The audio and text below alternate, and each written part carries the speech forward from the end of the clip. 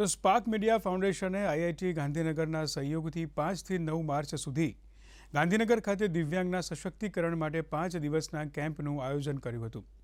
ફાઉન્ડેશનના ચેરપર્સન સારિકા મિંડાએ જણાવ્યું હતું કે સંસ્થા એક એવું વિશ્વ બનાવવા માંગે છે જ્યાં ગતિશીલતા અને તકો સૌના માટે સુલભ હોય.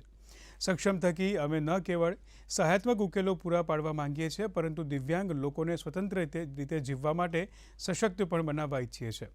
આઈઆઈટી ગાંધીનગર ઉપરાંત અન્ય મુખ્ય ભાગીદારોમાં સામાજિક સંરક્ષણ વિભાગ Anand, Abhilasha charitable trust, Aravalli physically handicapped મંડળ, Ganpat university, Nyasa foundation, society for the physically handicapped Vadodara અને उत्तर गुजरात विकलांग कल्याण संघનો સમાવેશ થાય છે.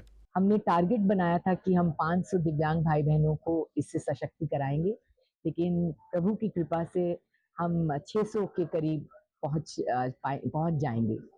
तो ये एक हमारा बहुत ही सक्सेसफुल कैंप रहा और आईआईटी का बहुत ही बड़ा सहयोग रहा.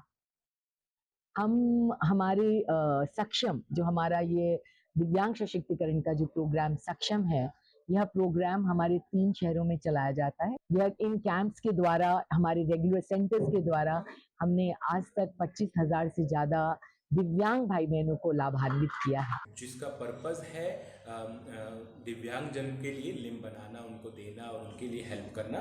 उसके अंतर्गत यहाँ पे बहुत सारे दिव्यांगजन आए हैं और उनका हमने हेल्प किया है. मैं इस एरिया में जो लोग रिसर्च करते हैं, इस एरिया में जो पढ़ाते हैं, उन सबको हमने बुला के, इंडस्ट्रीज़ को बुला के ये चीज़ डिस्कस की है और हमारी लैब के अंदर भी हम इसके ऊपर काम कर रहे हैं. तो हम एक नया प्रोस्थेटिक डिवाइस फुट बना रहे हैं, जिससे जो दिव्यांगजन की जो डेली चलने की जो क्षमता है उसको हम और बढ़ा